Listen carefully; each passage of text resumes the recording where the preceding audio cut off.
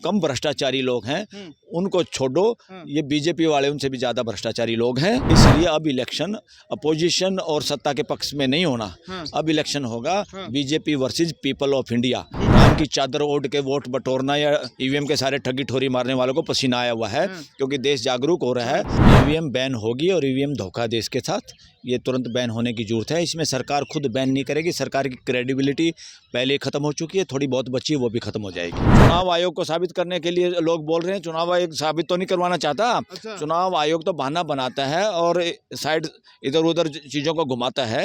हाँ। ये बिल्कुल साबित है। चुनाव आयोग के जो लोग हैं उनको भी पता है। हाँ। वो तो सरकार की शरारत की वजह से डरे हुए हैं। पीएमओ जो चाहता है वो इलेक्शन कमीशन करता है, इसका मतलब इलेक्शन कमीशन इंडिपेंडेंट नहीं है। और सारी चीज़ें कहाँ से ये ईवीएम बनती है, कौन उस सॉफ्टवेयर को बनाता है, कौन उनमें डालता है, किसके कहने से किस तरह का सॉफ्टवेयर है वो बनता है, वो सारे के सारे इलेक्शन कमीशन के तो अंडर में भी नहीं है वो लोग। अच्छा। वो लोग सरकार और सरकार के मंत्रालयों के कंट्रोल में हैं। हाँ। इस तरह से तो एक तरह से इलेक्शन कमीशन तो नपुंसक और हिजड़ा है। आरएसएस के लोगों के द्वारा दुष्प्रचार करके हाँ। उसको ये ढकने की कोशिश में है कि ईवीएम सही है। हाँ। ईवीएम गई और 400 क्या 40 पार हो जाए तो बड़ी बात होगी देश में। ईवीएम नहीं जाएगा तो और ज़्यादा दुर्गति होगी इन लोगों की, क्योंकि नंगे हो चुके हैं देश के सामने और देश कि जनता में पूरा रोष है। हाँ। और देश को सबको पता है। और लंबा लेट जाओ किसी मूर्ति के आगे लगेगा ये प्राइम मिनिस्टर बहुत भगत आदमी है। अच्छा। ये सारे के सारी पोल पट्टी खुल गई देश में। जब बौद्ध लोग जब आएंगे, अच्छा। बहुत गिनती में आएंगे इस देश में और वो बताएंगे किस किस मंदिर में बौद्ध स्थानांतर तोड़ के बनाए, कितने मंदिर तोड़ने पड़ेंगे इस देश में। अब ये रास्ता खुल गया है, ये सुप्रीम कोर्ट ने खोल दिया ये रास्ता राम मंदिर के फैसले के बाद। और अब ये कौन से ज्ञानवापी के बाद इन्होंने रास्ता खोला है। कथा कहानी या छोटी मोटी मूर्तियों को दिखा के मस्जिदों पे अटैक कर रहे हैं। जब मंदिरों पे अटैक होगा और पूरा देश बौद्ध समाज के साथ होगा, क्योंकि ये महात्मा बुद्ध का देश है, ये ढोंगी और पोंगा पंथियों का देश नहीं है। दोस्तों स्वागत है आपका पीआरवी में। मैं ललित चौधरी। आपको बता दें कि जिस तरीके से ईवीएम का विरोध भारी मात्रा में लोगों ने करना चालू कर दिया है, सड़कों पर उतरकर लोगों की आवाज़ गूंज रही है कि ईवीएम को बैन किया जाए और बैलेट पेपर से चुनाव किया जाए। इसी पर चर्चा करने के लिए हमारे साथ मौजूद हैं एडवोकेट बलराज मलिक जी।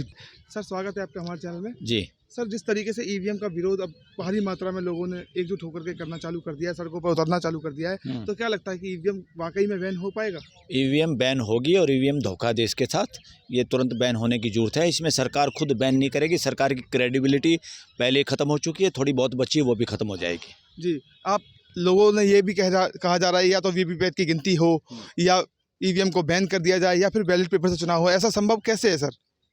नहीं, क्या है, सारा फ्रॉड कहाँ हो रहा है कि पर्ची जो है, पर्ची जो निकलती है, ऐसा प्रोग्राम हो सकता है जहाँ पर्ची कुछ और निकले। हाँ। और जो मशीन, जो गिनती वाली मशीन है, जो असली जहाँ कंट्रोलिंग यूनिट है, जो बाद में गिनती जिसमें होती है, उसमें दोनों जगह अलग अलग इंस्ट्रक्शन भेजी जा सकती हैं। हाँ। ये कंप्यूटर जानने वाले लोग भी और इसके जो लोग जितने भी सॉफ्टवेयर को जानते हैं उन सबको पता है, ज़्यादातर लोगों को पता, पूरे देश को पता चल चुका है। इसमें गड़बड़ की पूरी आशंका है और गड़बड़ देश में हुई है। गड़बड़ हुई है क्योंकि 2019 के इलेक्शन में ही 370 जगह पे 10,000 से लेके 25-30 हज़ार तक वोटें ज़्यादा मिली थी, जबकि कोई भी कैलकुलेटर, कोई भी मोबाइल 2 + 2 को 4 बताता है, 5 नहीं बताता। ये 5 कैसे बताया? वोटें गिरी कम, वोटें पोल कम हुई और वोटों की गिनती में वो ज़्यादा कैसे पाई गई? वो तभी पाई जाती हैं मशीन से छेड़खानी है या सॉफ्टवेयर में गड़बड़ है। और सॉफ्टवेयर में टाइमर भी भरा हुआ है। सॉफ्टवेयर में टाइमर भरने का मतलब है उसमें गड़बड़ करना, वरना उस सॉफ्टवेयर में या उस चिप में टाइम भरने की क्या जरूरत है? टाइम इसलिए भरा गया कि टाइम भरने से ही वो गड़बड़ की पॉसिबिलिटी है और ये गड़बड़ होती है। सर, चुनाव आयोग तो कहता है कि अगर ईवीएम में गड़बड़ी है तो उसको साबित करें ना। चुनाव आयोग को साबित करने के लिए लोग बोल रहे हैं, चुनाव आयोग साबित तो नहीं करवाना चाहता। अच्छा। चुनाव आयोग तो बहाना बनाता है और साइड इधर उधर चीज़ों को घुमाता है। हाँ। ये बिल्कुल साबित है। चुनाव आयोग के जो लोग हैं उनको भी पता है। हाँ। वो तो सरकार की शरारत की वजह से डरे हुए हैं, सहमे हुए हैं। इंडिपेंडेंट डरा हुआ है?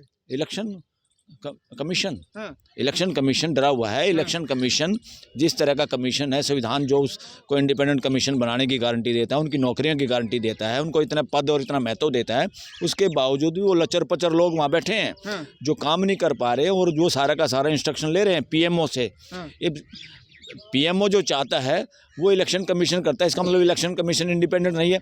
और सारी चीज़ें कहाँ से ये ईवीएम बनती है, कौन उस सॉफ्टवेयर को बनाता है, कौन उनमें डालता है, किसके कहने से किस तरह का सॉफ्टवेयर है वो बनता है, वो सारे के सारे इलेक्शन कमीशन के तो अंडर में भी नहीं है वो लोग। अच्छा। वो लोग सरकार और सरकार के मंत्रालयों के कंट्रोल में हैं। हाँ। इसलिए इलेक्शन कमीशन तो एक तरह से मैं ये कहूँगा, क्या शब्द यूज करूँ मैं, हाँ। इलेक्शन कमीशन तो एक निष्पक्ष संस्था है ना, निष्पक्ष चुनाव कराती है। निष्पक्ष संस्था है हाँ। संविधान के हिसाब से, मगर लोग तो निष्पक्ष नहीं है वहाँ पर, और लोग निष्पक्ष नहीं है तो एक तरह से इलेक्शन कमीशन को भी इस वक्त जो सिस्टम है, हाँ। इलेक्शन कमीशन के कंट्रोल में होना चाहिए ईवीएम कहाँ बनी है। हाँ। इलेक्शन कमीशन के कंट्रोल में होना चाहिए सॉफ्टवेयर जो लोग बनाते हैं वो ईवीएम के अंडर में होना चाहिए, कमीशन के अंडर में होना चाहिए। हाँ। किनको वो नियुक्त करना चाहती हैं, किनको हटाना चाहती है, वो गड़बड़ करे तो उनके खिलाफ कार्रवाई करे, हाँ। वो इलेक्शन कमीशन के अंडर में है ही नहीं। इस अच्छा। तरह से तो एक तरह से इलेक्शन कमीशन तो नपुंसक और हिजड़ा है।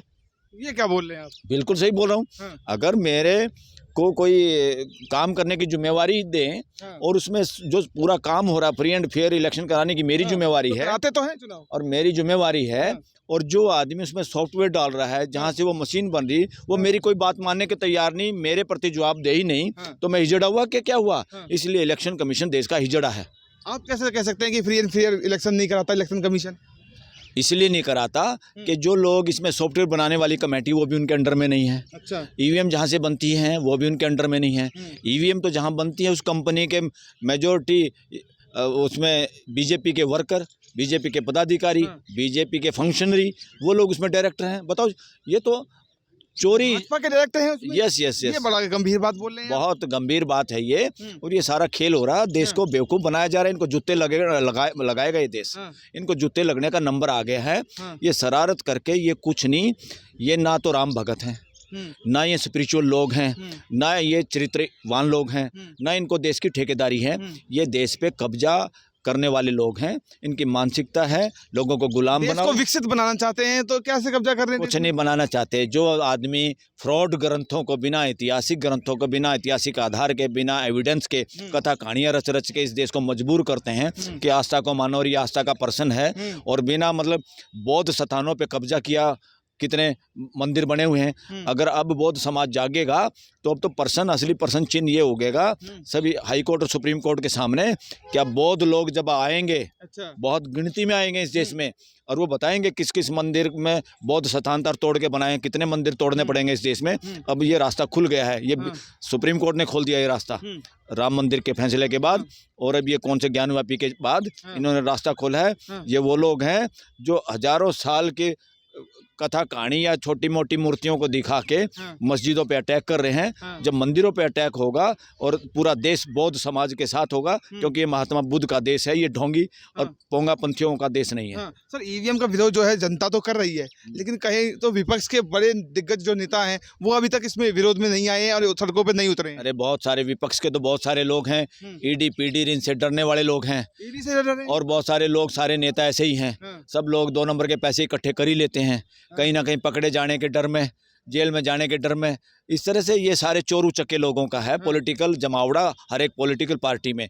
मगर इस वक्त क्या है, इस वक्त देश ने ठाना हुआ है कि जो कम भ्रष्टाचारी लोग हैं उनको छोड़ो, ये बीजेपी वाले उनसे भी ज़्यादा भ्रष्टाचारी लोग हैं। बीजेपी वाले भ्रष्टाचारी हैं? हाँ, ऐसा देश कह रहा है। अच्छा। पूछ के देख लो, आप सर्वे कर लो इस बात का। इसलिए अब इलेक्शन अपोजिशन और सत्ता के पक्ष में नहीं होना, अब इलेक्शन होगा BJP versus people of India, Bharat के लोग वर्सेज बीजेपी। हाँ, तो वो 400 पार का नारा दे रहे हैं भाजपा वाले, तो क्या वो गलत दे रहे हैं? जनता का भरपूर समर्थन मिलता है उनको। इसीलिए तो पसीना आ रहा है, इसीलिए पसीना आ रहा है सरकार को, सरकार को आ रहा है, बीजेपी को आ रहा है। राम की चादर ओढ़ के वोट बटोरना या ईवीएम के सारे ठगी ठोरी मारने वालों को पसीना आया हुआ है, क्योंकि देश जागरूक हो रहा है।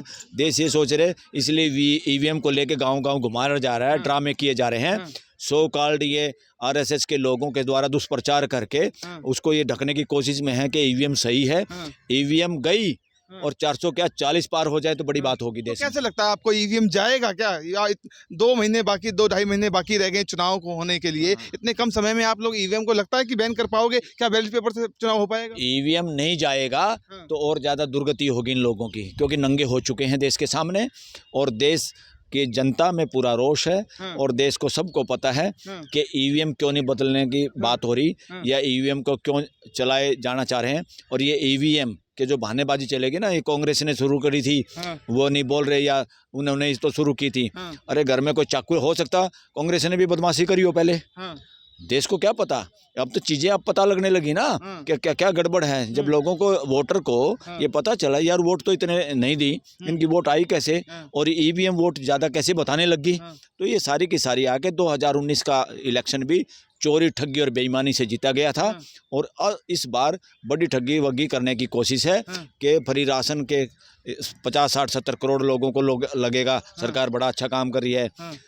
और लंबा लेट जाओ किसी मूर्ति के आगे लगेगा ये प्राइम मिनिस्टर बहुत भगत आदमी है। अच्छा, ये सारे के सारी पोल पट्टी खुल गई गलत देश में। नहीं है, देश हित में काम कर रहे हैं, देश के लिए सोचते हैं, ये- देश को विकासशील बनाना चाह ये रहे हैं। देश हित में नहीं काम कर रहे, हम्म। ये वर्ण व्यवस्था के पक्ष में काम कर रहे हैं। एक वर्ण व्यवस्था नहीं, वर्ण प्रथा एक इस देश की सबसे खतरनाक कोई प्रथा है। इस देश को सबसे ज़्यादा घुण जिसने लगाया है हाँ। वो वर्ण प्रथा है, हाँ। वो मनोवादी प्रथा है। हाँ। और उसी मानसिकता के लोग जो बहुत थोड़ी संख्या में हैं, हाँ। इस देश पे कब्जा किए हुए हैं, हाँ। उनको ठीक करने की जरूरत है। और देश ही बात को समझ गया है, हाँ। और देश उनको ठीक करेगा, हाँ। उनको समझाएगा अच्छी तरह से। तो क्या लगता है, मतलब ईवीएम वाकई में बैन हो पाएगा?